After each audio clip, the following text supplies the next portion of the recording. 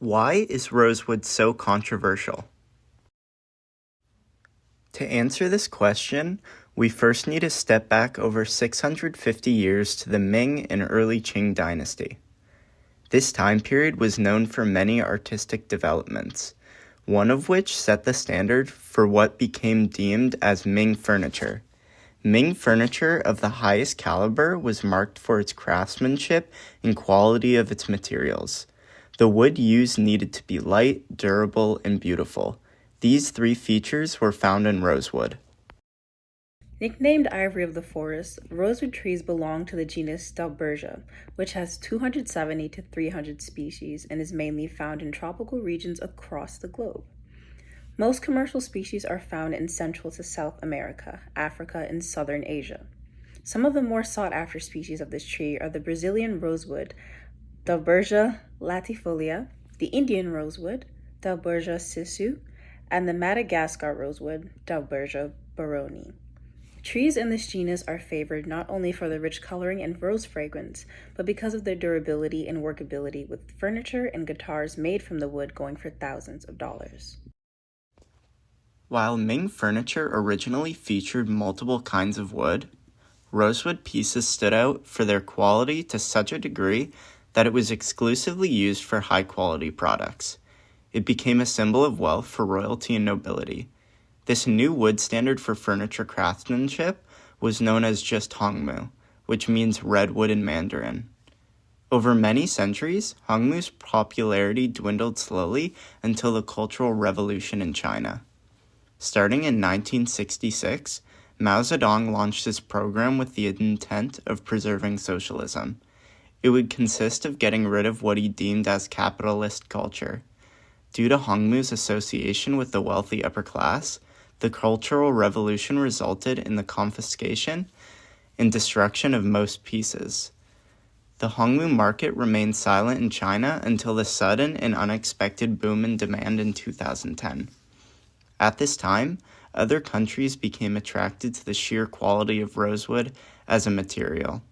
In addition to furniture, it also became internationally popular for making instruments and flooring panels. Its growth in popularity and high price point caused countries all over the world to tap into this new market of rosewood. Many nations quickly started importing and exporting this product. In the past, hongmu wood was a domestic product for China, but they too opened their doors to the world of trade. The majority of high-value rosewood was originally being imported from Southeastern Asian countries such as Cambodia, Laos, Myanmar, and Vietnam. In 2014, however, China's rosewood imports saw a large boom, and over half came from Nigeria, Ghana, and other African countries. This was largely due to the gradual depletion of rosewood forests in Southeastern Asia due to overlogging, the gap leading to the targeting and eventual exploitation of lower-quality rosewood species.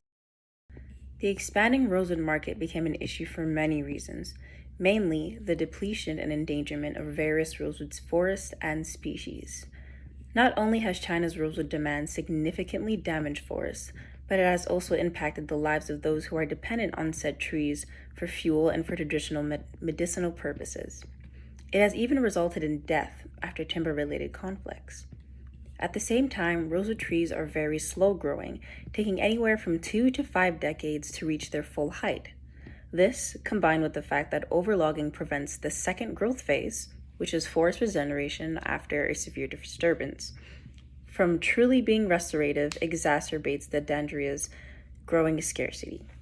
These issues led to international rosewood exportation being banned in almost every country after years of protections being updated in response to the developing crisis. In 2019, Madagascar ceased its efforts to internationally sell seized rosewood and started working towards securing existing stockpiles, also urging other countries to refuse illegal imports. In 2022, the 74th Standing Committee meeting was held where sites discussed strategies to combat illegal harvesting and trade. In that same year, the site's secretariat notified all range states that they, in 30 days of the notification, were required to verify that species were being legally and sustainably harvested, as well as voluntarily submit to a zero export quota, or they'd face formal trade suspension. After the site's Appendix 2 marking of rosewood, the only way it could be exported was illegally. While it renders itself only a small problem in some countries, the practice has become extremely popular across Africa. Madagascar, as well as West African countries like Gambia, Senegal, Mali, and especially Ghana, have been the main focal point of this form of illegal trade. Where money is involved, people will always find a way. So, China is still receiving rosewood imports from Africa despite the bans. This is made possible through corruption and loopholes. High-profile individuals like government officers and businessmen are enabling wood transport through ports like Mombasa and Dar es Salaam, facilitating permits and allowing illegal activity to fly under the radar when the bribe is right. For example, in 2021, the Land and Environment Court in Mombasa ordered the Kenya Revenue Authority, KRA, to surrender 646 metric tons of rosewood worth US $13 million back to smugglers because the Kenyan court agreed with them that the site's regulation preventing rosewood trade was not in effect at the year the goods were seized, which was 2014. This is despite the fact that Madagascar, where the timber was from, had prohibited rosewood trade in 2010. Aside from falsifying documents and their dates to bypass regulations, smugglers will also mislabel the wood to get past customs. When China cannot get imports from Africa, there's no worry because it also has countries like Myanmar, which have several rosewood species enjoyed by the Chinese furniture trade. In 2013, Myanmar exported 237,000 cubic meters of rosewood, whose forests will be stripped bare if the logging rate increases. This is happening in Africa for three main reasons. The first and most harmful is governmental corruption. In the case of Madagascar, the government allowed their top timber traders to sell wood internationally if it was felled by a storm, even though it was still illegal to both log and sell rosewood. In addition, they used the World Bank to run a scheme to sell all of their stockpiled rosewood. This was an issue because the rules that made these possible also allowed many to be able to sell their own illegally felled rosewood, which would be covered by governmentally authorized transactions. They even supported and worked with rosewood barons in order to profit off them. Another example is Namibia, where its government is giving land grants to politicians and veterans so they can export illegally felled wood. Another reason why this is happening is because of organized gangs and crime syndicates. Due to its availability and the government's lax restrictions, many crime-oriented organizations are essentially allowed to profit off of it. In addition, they already have access to the black market, which is where many of these sales are made. As a result, the supply chain from harvesting and importing has been heavily weaponized.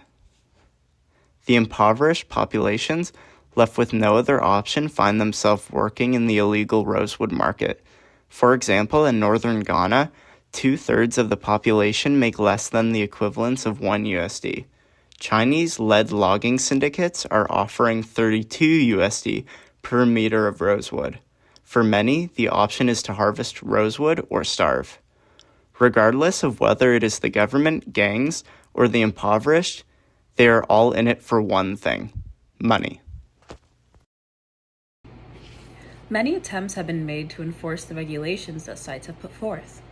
From a national standpoint, the Economic Community of West African States, led by Guinea-Bissau, meet every year to discuss and act upon the growing concerns for the illegal rosewood trade.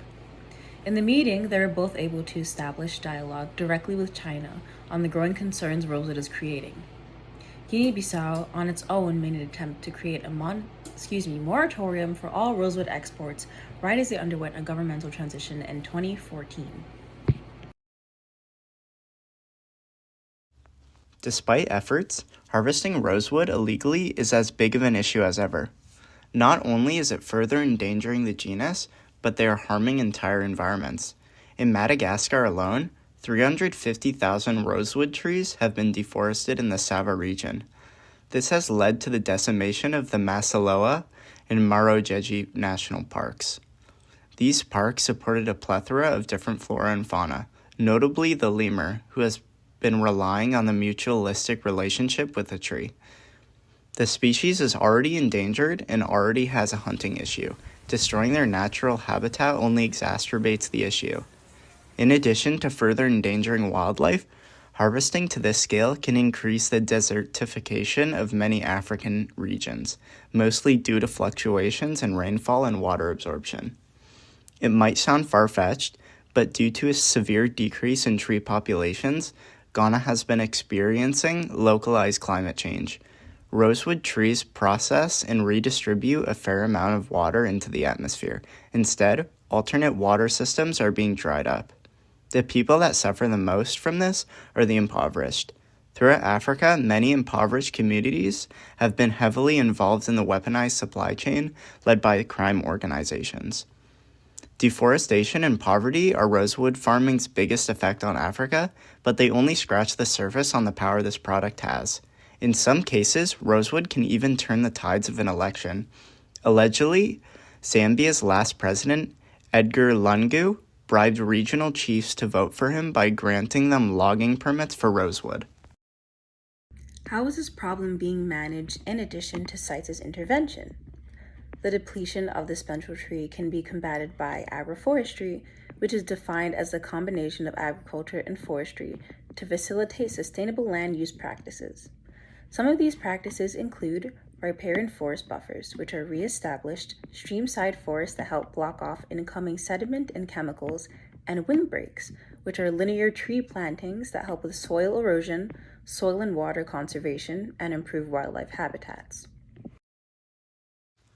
It is clear that rosewood's problems are systemic. Usually these kinds of issues can be solved by passing laws, but considering the governments that would be passing them are corrupt, there must be a better way.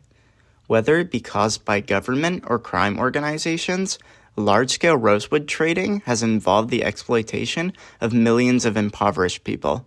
So, if you solve poverty, you are essentially getting rid of the fuel for the dilemma.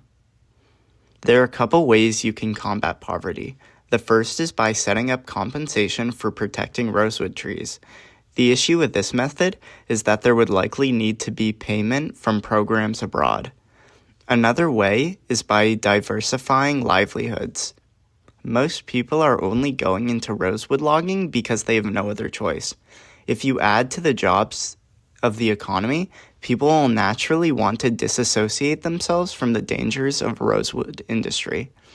The jobs themselves can be related to helping rosewood conservation. Regreening, park management, and ecological planning are only a few of the many examples.